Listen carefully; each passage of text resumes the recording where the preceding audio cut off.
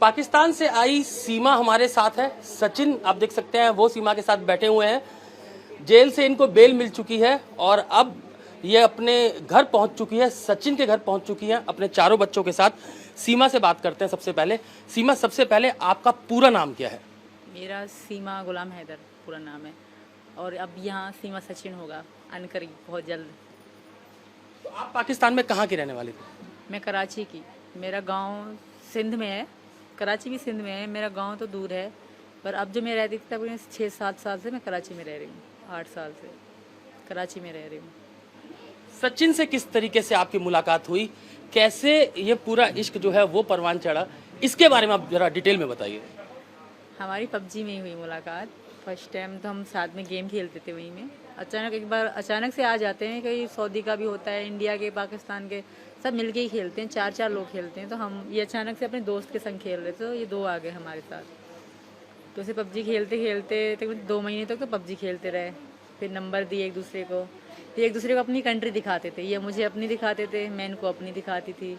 कोई बारात जाए, कुछ भी हो जाए, ये मुसलमान है, ये हिंदू हैं, ये दिखाए, मैं भी उनको मुसलमान वहाँ के हिंदू दिखाती थी। तो ऐसे ऐसे हमारी वीडियो कॉल चलती थी, एक दूसरे को अपनी सिटी, मतलब इंटरेस्ट इस तरह बढ़ा कि ये इंडिया का है, मैं पाकिस्तान का, मैं भारत वाले से बात कर रही हूँ, ये बड़ी खुशी हो रही थी मुझे वहाँ पे। तो इनकी मतलब शहर देख के भी सेम सेम है, तो अच्छा सा लगता था। तो हमारा इंटरेस्ट बढ़ता गया, बात चलती गई तो आदत सी बनने लगी। फिर तो पहले दिन में होती थी, फिर तो रात में भी होती थी, सो तो कॉल चला के सो, वीडियो कॉल सामने फ़ोन धर के फिर सोती थी मैं। ऐसे हम दोनों को नींद नहीं आती। सुबह को दुकान में चले जाते थे लाला की, फिर वहीं फ़ोन सामने धर के सारा दिन काम करते रहे, बात भले भी ना हो पर एक दूसरे को देखते रहते थे हम दोनों। इस तरह बढ़ते बढ़ते फिर हमने 21 में तैयारी करी कि भाई मिलना है। तो इनका पासपोर्ट था नहीं, ना मेरा पासपोर्ट था, मेरा पहले पासपोर्ट नहीं था, मैंने यहाँ आने के लिए पासपोर्ट बनवाया अपना बच्चों का। पहला पासपोर्ट मेरा खारिज हो गया, वो सीमा नाम था उसमें, खाली कंप्लीट नाम मेरा नहीं लिखा गया, तो उसमें मेरा वीज़ा नहीं लगा नेपाल का। फिर दोबारा मैंने पासपोर्ट बनवाया सीमा गुलाम हैदर के नाम से, उसमें मेरा वीज़ा लग गया। फिर ये मतलब इनका पासपोर्ट नहीं था, इन्होंने काफ़ी बार पैसे भी दिए पासपोर्ट वालों को, उन्होंने बना के ना दिए, 100 कागज़ बताते ये ले आओ, ये ले आओ, ये ले आओ, तो समय पे समय लगता जा रहा था। तो मैंने कहा तुम आ जाओ। फिर नेपाल का पता पड़ना है, नेपाल में इंडियन मतलब ऐसे आ सकते हैं बगैर वीज़ा, तो मैंने कहा तुम नेपाल आ जाओ, हम वहीं मिलेंगे। तो ये तो पता है आधार कार्ड, पैन कार्ड इस तरह चेक करते हैं, पर जब ये आए तो कुछ भी इतना चेकिंग नहीं हुई, जब आए गए ना आराम से छोड़ देते हैं। तो फिर हमारा तब से हमारे दिमाग में बैठे कि हम दोबारा भी यहीं से आएंगे हमेशा के लिए इंडिया। तब से बैठी, तब हमने शादी भी करी थी 13 मार्च को, फिर मतलब 17 मार्च में रिटर्न चली गई वापस। बच्चे वहीं मेरी चाची के पास थे, तो दोबारा अब मैं आई 10 मई को वहीं से निकले, 13 को इंडिया पहुंच गए 3 दिन के अंदर। तो सीधा आपने इंडिया का जो वीज़ा है वो पाकिस्तान से क्यों नहीं लिया? लिए बहुत ट्राई करा सर, वो मिला ही नहीं। ऐसा नहीं कि मैंने शुरू से सोचा कि मैं लीगली जाऊंगी ना, मैंने पहले इंडिया के वीज़े के लिए अप्लाई करा, इंडियन एम्बेसी ने वीज़ा दिया ही नहीं। मैं मुस्लिम थी, मेरे आधार कार्ड में, आईडी कार्ड में मुस्लिम थी, तो मुस्लिम को बहुत कम, 100 में से 1 मुस्लिम को वीज़ा मिलेगा, बाकियों को नहीं मिलता। ये भी गलती है, अगर वीज़ा मुझे वहाँ से मिल जाता शायद मैं आज जेल में ना काटती, इतना ना होता कुछ। तो इंडियन वीज़ा कम देती है, जैसे पाकिस्तान इंडियन को वीज़ा कम दें वैसे वो यहाँ को देते हैं। शायद इतनी फ्रेंडशिप नहीं है, इस कारण वीज़ा नहीं मिला मुझे इंडिया का। फिर मैंने ये गैर कानूनी तरीका मतलब करा। पबजी खेलने की बहुत शौकीन रही हैं आप? बहुत ज़्यादा। अब भी जिस दिन हम पकड़े गए, एक दिन पहले मैं पबजी खेल रही थी, ये गए भागो पबजी छोड़ो, चलो हमें पुलिस पकड़ने आ रही है। तो आप दोनों की पहली मुलाकात जो हुई वो नेपाल में हुई पहली बार? पहली बार हम 7 दिन साथ रहे थे, शादी भी हमने करी थी वहाँ पे। शादी आप लोगों ने कर ली थी? तो आपके 4 बच्चे हैं पहले, तो आपके जो पहले पति हैं वो अभी कहाँ पे हैं? अभी वो सऊदी अरब में, अभी भी उन्होंने जो रिकॉर्डिंग बता रहे वो सऊदी अरब में है।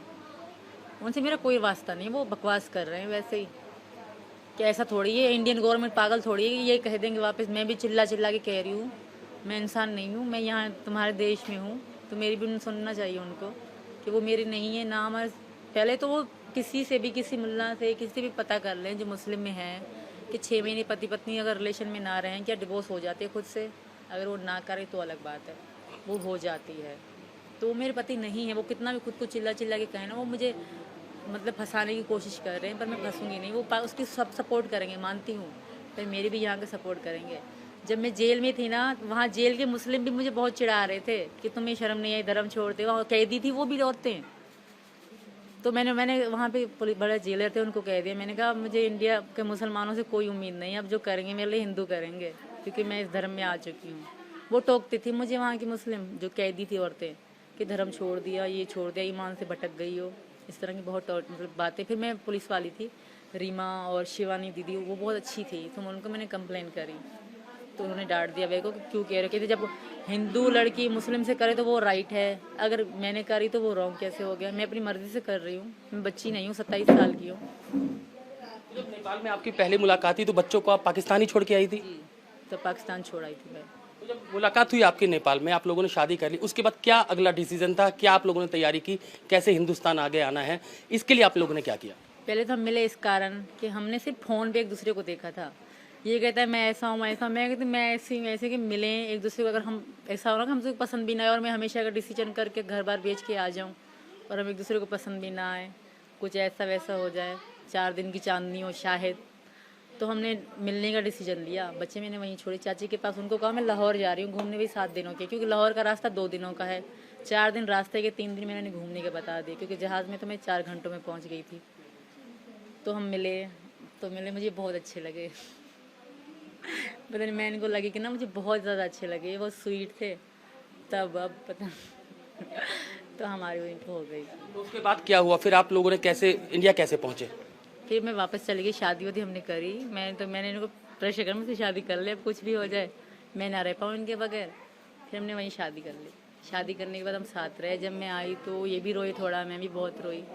फिर हम अलग हो गए, मजबूरी थी, बच्चे पीछे अकेले हैं, तो मैंने शायद मैं 2 बार इनको कहा भी कि मैं नहीं जा रही, बस उनके बच्चे मेरी बहन संभाल लेगी, तो इन्होंने कहा नहीं वापस जाओ, तुम्हारे छोटे बच्चे हैं, वो तुम्हारा इंतज़ार कर रहे होंगे, छोटी मुन्नी मेरी बहुत छोटी है, तो मुझे इन्होंने ही वापस भेजा। मैं तब भी वापस नहीं, मुझे रोना सा आ रहा था कि मैं सचिन से दूर जा रही हूँ, पता नहीं दोबारा वीज़ा लगे कि ना लगे, आऊँ कि ना, क्योंकि हमारे जो एयरपोर्ट पे बहुत घटिया लोग रहते हैं, जो हमारे एयरपोर्ट के हैं ना सिक्योरिटी वाले, बहुत घटिया है, सब पहले पैसे मांगेंगे, डायरेक्ट आपसे पैसे मांगेंगे कि रिश्वत दो और फिर जाओ। अलग खड़ा कर दिया मुझे पहले भी, मैं रोती रही कि सचिन वहाँ पहुँच गया नेपाल और मुझे ये जाने नहीं दे रहे, तो ज़बरदस्ती, तब तो मैंने इनको पैसे ना, मुझे पता ना था कि रिश्वत मांग रहे हैं, तब तो मैं चली गई, रो रही थी, तो मुझे उनको तरस आ गया, मुझे छोड़ दिया।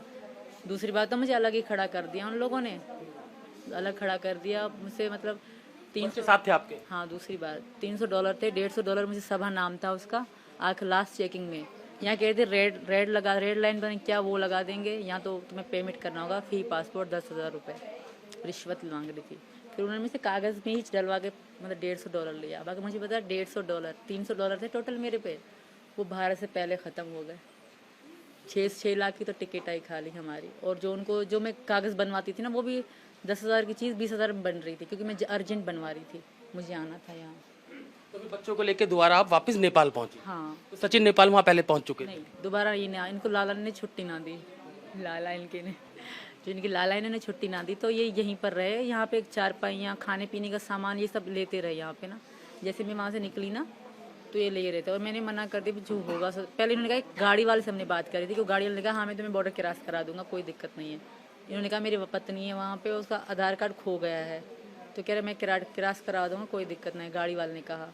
फिर जब मुझे सबने कहा ना कि यहाँ से बस जा रही है, वो बहुत अच्छी बस है, तुम आराम से चली जाओगे, बच्चे छोटे हैं, तो उन्होंने उस वैन ने मुझे वहीं पे बस स्टॉप पे ही छोड़ा पोखरा में, तो मैंने वहीं से बस पकड़ ली 15,000 नेपाली में। फिर वहाँ से आप कैसे दिल्ली यहाँ तक कैसे पहुँची, ग्रेटर नोएडा तक? सुबह 6 बजे हम बस से वहाँ, रात को वहीं लेट गए हम लोग, सो गए। फिर सुबह 6 बजे मैं वहीं से निकली, 13 की तकरीबन 1-2 बजे यहाँ पहुँचे। ये रास्ते में मेरे लिए खड़े हुए थे गाड़ी पे, जो गाड़ी वाला है ना उसके नंबर से हमारी बात हो रही थी कि मैं तुम कहाँ, मैं यहाँ हूँ, तुम यहाँ हो, ये बात हो रही थी हमारी। मेरा तो सिम ही नहीं था इंडियन, मेरा फ़ोन तो बंद ही हो गया, मतलब काम का ही नहीं था। कहाँ मुलाकात हुई आपकी यहाँ पर? यहाँ कोई मोड़ है इनका, मुझे इनका नाम पता नहीं कौन सा है। जेवर टूल टैक्स से आगे फरेदा कट है, वहाँ पर यमुना एक्सप्रेस वे पर बोल दिया था मैंने गाड़ी वाले को कि यहाँ उतरना है, मैं भी वहीं खड़ा हो गया था, तो वहीं उतर रही। तो वहाँ आपके फिर आप चारों बच्चे लेकर यहाँ पर आ गए? उतरी, फिर ये गाड़ी लेके यहाँ आए। फिर हमने रूम तो ले रखा था पहले से इन्होंने, हम रूम पे गए, बैठे, रिलैक्स हुआ, खाना वाना खाया। 2-1.5 महीना हम बहुत आराम से रह रहे थे, बहुत कोई ऐसी बात नहीं थी, अच्छे से रह रहे थे। बच्चों के काम पे जाते आते, खाना बनाती थी मैं इनके लिए। तो अचानक से जब जुलाई आ रही थी ना, तो बच्चों के स्कूल खुल रहे हैं, तो सब मुझे वहीं के जो मालिक मकान है वो भी कहते थे बालकों को स्कूल बिठा दे। मैंने कहा यार तुम किसी से बात करो, तुम्हारे ठाकुर में बहुत ठाकुर हैं, किसी से बात करके देखो। तो उन्होंने किसी से बात करी तो उन्होंने कहा ठीक है मैं वकील का कर देता हूँ। उनका दोस्त था, अच्छा सा दोस्त था वकील उनका। उन वकील ने इनको बुलाया पहले, फिर मुझे इन्होंने कहा तुम तैयार हो जाओ, मैं लाल साड़ी पहन के दुल्हन जैसे तैयार हो गई, हमारी कोर्ट मैरिज हो रही है। तो उसने हमें फंसवा दिया वकील ने, हमें किसी अरेस्ट वरेस्ट नहीं करा गया क्योंकि मैं घर में बैठी होती थी। हमें सिंपल लेडी जैसे रहते हैं इंडियन में वैसे ही रह रही थी, कभी साड़ी कभी क्या पहने। तो उस वकील ने हमें फंसवा दिया। और पुलिस को कैसे पता लगा कि आप आई हैं? फिर पुलिस पहली वकील ने बताया, उस वकील ने इन्फॉर्मेशन पुलिस। कचहरी गए थे। तो फिर पुलिस ने क्या पूछा आपसे? जब पुलिस आपके पास आई तो पुलिस ने क्या पूछा आपसे? पहले शुरू में 2 दिन तो बहुत टॉर्चर करा, मतलब थोड़ा सा सख्ती तो उनकी बनती थी। जब उनको थोड़ा कंफर्म होने लगा ना कि मैं झूठ नहीं कह रही, जो भी कह रही हूँ, जो भी जगह बता रही हूँ सच बता रही हूँ, फिर बहुत अच्छे रहे, फिर फ्रेंडली रहने लगे।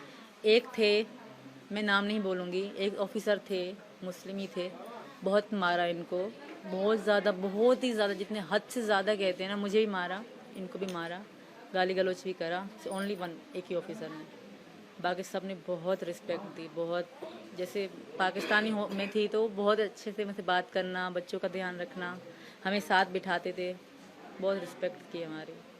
लेकिन फिर जब आप सचिन से आपको प्यार हुआ, आप हिंदुस्तान आ गई, लेकिन जेल आपको जाना पड़ा, तो वो कैसा रास्ता रहा? कि आपको उम्मीद थी कि आपको जेल भी जाना पड़ेगा? नहीं, मुझे ये उम्मीद नहीं थी कि मैं भारत की जेल में बैठूंगी। वहाँ मैं ये सोचा करती थी क्या सोचती थी और क्या हो गया, पर ये शायद अच्छा हुआ, ऐसा हुआ शायद। आगे डर डर के रहने से अच्छा था कि ये हो गया। अब बस यही रिक्वेस्ट है कि आगे अच्छा हो जाए, बस हमारी मैरिड हो जाए। लेकिन आपके पास अभी भी भारत की सिटीजन नागरिकता नहीं है, तो इसके लिए अब आप क्या करेंगे? क्या ही आपको डिपोर्ट कर दें, वापस पाकिस्तान भेज दें, तब आप क्या करोगे? इतना अनर्थ अनर्थ थोड़ी करेगा भारत। इतनी रिक्वेस्ट कर रही हूँ, इनकी पत्नी हूँ, हिंदू धर्म में हूँ, मैं से ऐसा मत करें। और आप सबसे भी रिक्वेस्ट है कि मेरी हेल्प करें। मैं नहीं जाना चाहती वापस, मैं मर जाऊँगी, गाड़ी से कूद जाऊँगी, कुछ भी करूँगी, मैं वापस नहीं जाऊँगी। हिंदुस्तान अच्छा लगा आपको? बहुत, यहाँ के लोग, यहाँ के रीत, यहाँ का हर चीज़ बहुत अच्छी है, यहाँ का खाना सब बहुत बढ़िया है। तो सीमा वापस पाकिस्तान नहीं जाना चाहती हैं। सचिन भी हमारे साथ हैं। सचिन, मुलाकात का तो बता दिया हमें सीमा ने कि कैसे आप लोगों की मुलाकात हुई, पबजी आप लोग खेलते थे उसके बाद हुई, लेकिन जब सीमा यहाँ पर पहुँची तो आपको जेल भी जाना पड़ा। किस तरीके का वो आपका पूरा तजुर्बा रहा जब पुलिस ने आपको बुलाया, पूछताछ की, आपसे मारपीट की? सर वही जो पढ़े लिखे होते हैं तो वो तो थोड़ा बहुत सर तो शक समझते ही हैं कि वहाँ से आई है पाकिस्तान से, एक वैसा देश है वो पाकिस्तान के नाम से हर कोई भी ऐसा ही समझता है कि कोई ना कोई होगी ये एजेंट फेजेंट। तो सर कोई बात नहीं है, वो जो हमारे अंदर सच बात थी वो तो वो ही रहती। अब वो जो बात अगर वैसी होती तो वो अब तक निकल चुकी होती। तो सर ऐसी कुछ बात नहीं थी, बस हम दोनों का प्यार था, इस वजह से ये यहाँ पर आई। तो शादी कर रहे हैं? शादी तो आप नेपाल में कर चुके हैं एक बार, अब दोबारा शादी? घर वाले तैयार हैं शादी के लिए? हाँ जी सर, घर वाले बिल्कुल तैयार हैं, सब घर वाले खुश हैं कि ये यहाँ पर है, बच्चे भी रखने के लिए मंजूर हैं। घर वाले ये कह रहे हैं कि जैसे यहाँ के रीति रिवाज थे, हिंदू धर्म की शादी की जाती है, उस तरीका की जैसी भी तरीका की हम पर बनेगी उस तरीका की हम आपस में तुम्हारी शादी करा देंगे। तो कब शादी की अपडेट फिक्स हो रही है? अभी कोई पता नहीं है, कल परसों में देखते हैं, गंगा जी नहाने जाते हैं हिंदू। कोर्ट मैरिज हो जाएगी हमारी, ताकि कागजी शादी रहे और मुझे यहाँ से भगाया ना जाए। तो आपको लगता है कि भारत सरकार मान जाएगी कि जो सीमा है वो हिंदुस्तान में ही रहे, आपके साथ रहे? सर मैं विनती तो यही करता हूँ कि हमारी यहीं पर रहे, और वो कर रहे हैं कि जाने वहाँ न जाने दें बस। तो आपको भी उतना ही, जब आपने सीमा को पहली बार देखा, उतना ही प्यार, आप चारों बच्चों के साथ रहने को तैयार हैं? परिवार तैयार है? हाँ जी सर, उतना ही प्यार है और घर वाले भी रखने के लिए तैयार हैं। तो सीमा, नॉनवेज वगैरह खाते हो?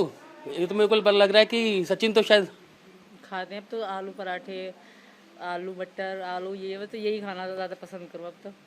आलू चावल ये जो होते हैं, पहले खाते थे, साल हो गए मैंने मीट नहीं खाया बड़ा वाला, बस मुर्गा खाते थे कभी कभी। तो अब सचिन फिर अब पूरी तैयारी घर बसाने की है सीमा के साथ ही? हाँ जी सर, घर बसाने की है, यहीं शादी करने चाहते हैं, अपना बच्चों को पढ़ाने अड़ाने भेजेंगे। लेकिन जब हिंदुस्तान पहुंची तो आपको, सीमा को और आपके पिताजी को भी जेल जाना पड़ा, तीनों को। तो अभी क्या लगता है कि पुलिस आप लोगों को सपोर्ट कर रही है या किस तरीके से परेशान किया जा रहा है? परेशान तो अभी नहीं करा जा रहा, खैर अभी सपोर्ट कर रही है, खैर कोई दिक्कत नहीं है अभी तो फ़िलहाल में। यहाँ के लोग भी सब आशीर्वाद दे दे कर जा रहे हैं, जो भी आ रहा है घर पे। बहुत लोग आए हैं सुबह से, तो सब आशीर्वाद देते जा रहे हैं कि पाकिस्तान से बहू आई है इसलिए सब आशीर्वाद दे रहे हैं। जी सर, हम दोनों अच्छे लगे। जरूरी थोड़ी ना कि पाकिस्तान से ही आई है कि उसको इस वजह से वो दें। खैर हम दोनों अच्छे लगे, इस वजह से सबको आशीर्वाद दे दे के जा रहे हैं। मुस्लिम आ रहे हैं वो भी आशीर्वाद दे के जा रहे हैं, हिंदू आ रहे हैं वो भी आशीर्वाद दे के जा रहे हैं। हमारे घर कुनबा के सब यानी कि बिरादरी सब खुश है, सब खुश है कि हम दोनों साथ में हैं, साथ ही रखना चाहते हैं। चलिए, हमारी भी यही दुआ है कि आप दोनों खुश रहें।